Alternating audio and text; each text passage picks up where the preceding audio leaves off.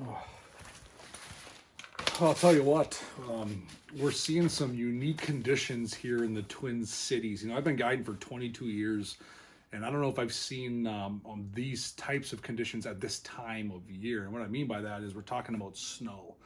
We're looking at 8 to 12 inches of ice across much of the metro. I mean, there's some stuff that has 12, 13, 14 in spots. So before I really get into the meat and potatoes of this fishing report, I want everyone to listen about the consistency of the conditions we're dealing with. And what I mean by that is, you may have already noticed on your own that when you're cutting holes across the area on a specific body of water, you might see on one spot you find 8 inches, and on another spot you find 12. So that's the inconsistency we're seeing because of this snow and what snow really does to the ice, especially at this volume. I'm looking outside in my yard right now, and this snow, I got snow up to my hips.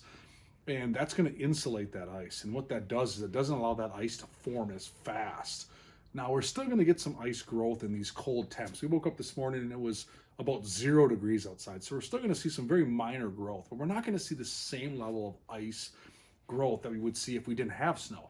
And we've all talked about that. The plowed road has got the thickest ice. And why do you think that is? It's for the same reason I just suggested, right? You have lack of snow on top of that plowed road. You have a lot more ability for that ice to form.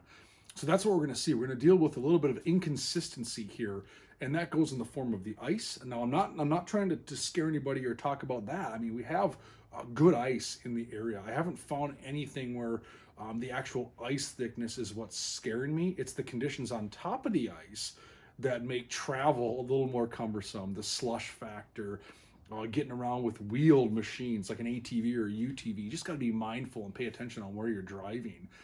We're going to get hopefully some sun, hopefully a little bit of wind, knock some of that down, drift it up a bit so you have some maneuverability around this snowpack.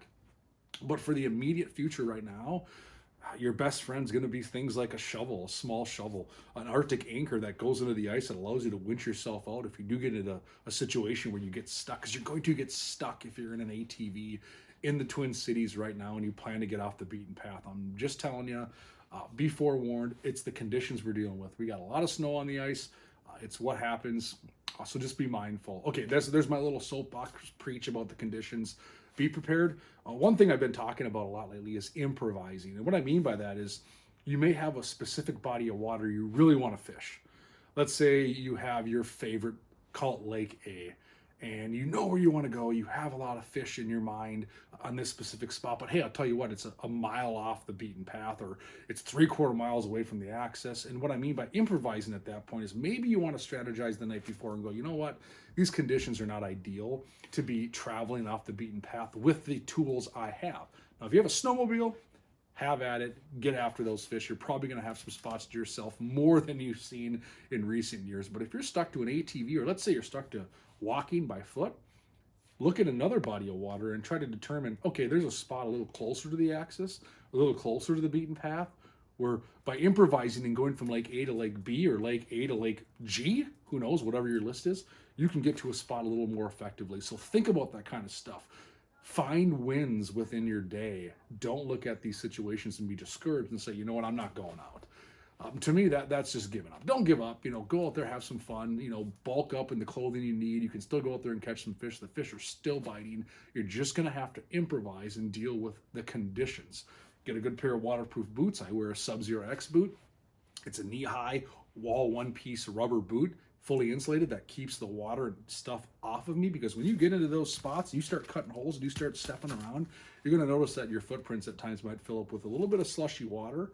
So you don't want a pair of boots that are insufficient and they're going to get your feet cold and wet. That's going to be miserable and it's going to end your day quick. So start thinking about some of those variables, the clothing you wear, that kind of stuff, an extra pair of gloves. I even sometimes maybe throw an extra pair of bibs in my truck. I might really get soaked and watered down after a half a day of fishing and ripping holes and running around. That, hey, if you got a backup pair of bibs, this would be a great chance just to throw them in the truck. So think about some of that kind of stuff, maybe a towel, things like that. But small shovel for sure is a necessary tool right now. And I'm laughing because we've had to use it the last few days. It's just kind of the way it goes. As far as the fishing's concerned, we're finding some consistent fishing. The fishing itself is pretty good right now. Now, we have some low water here in the Twin Cities.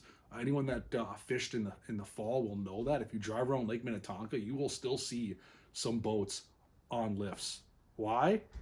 They couldn't get them off in the fall. The water was too low. So we're seeing record low, at least in my lifetime, record low conditions. You may get to a spot that you fished a year or two ago in 5 feet with beautiful flush green weeds, and you might cut a hole there today and go, why is it only 2 feet deep? Water's down. So what that's shown me is we're seeing a lot more fish relating to the basin. What a basin is the more expansive piece of water or area that's more deep related, right? Deep basins, you might hear those two terms tied together, a deep basin. So basin fish are going to be roaming fish, schooling fish. So you're going to have to get up and get after it, be willing to punch some holes and chase down some fish. So I've seen that the basins, more so than recent years, are starting to light up, deeper water. Now, it doesn't mean you have to go out into the abyss in 50, 60 feet. Deep water is relative. Deep water in some lakes could be 15 to 20 feet. That could be your basin. And then in other lakes, it could be 35, 40 feet. That could be your basin. So take a look at the bottom water you're fishing.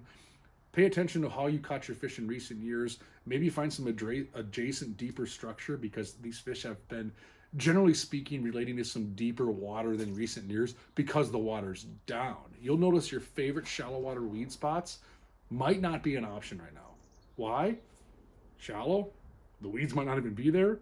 The prey and bait fish might not be there, and ultimately your fish you want to target are not going to be there. So that doesn't mean don't try. I still have punched holes over some of my shallow spots. I drop my camera down, I spin around, I look for fish. I have still seen fish on some of these spots, but it's been about 50-50 compared to recent years. So that's a little bit of the strategy that I've been employing lately here in the Twin Cities.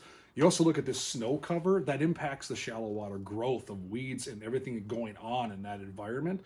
A lot of snow, lack of light penetration, which doesn't create the type of weed growth you might want, which doesn't help you with the oxygen situation and all of that. So that's another reason I've been finding that initial break, weed line, basin really turning on. So, okay, that's what we're looking at. So I've been chasing a lot of panfish, and because I've been targeting a lot of fish, let's say a little deeper than I want, I have pretty much been living with a spoon on my setup. Anyone that knows me, you know exactly what I'm about to say.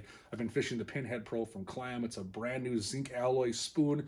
It's a pinhead on steroids. The Pinhead has been my go-to for years. Now the Pinhead Pro zinc alloy, offered in a 32nd and 16th. Those are my two 1-2 punch sizes for panfish, bluegills and crappies, even perch. 1/32 and 1/16. And what I'm doing is I'm taking that snap off there. You can see that the snap's gone. And I'm tying direct. I like the way I get that snapping action a little better for me on the spoon. No bait, run and gun, chasing down these fish. We talked about schooling fish, moving quick. This is the setup that gets you down there.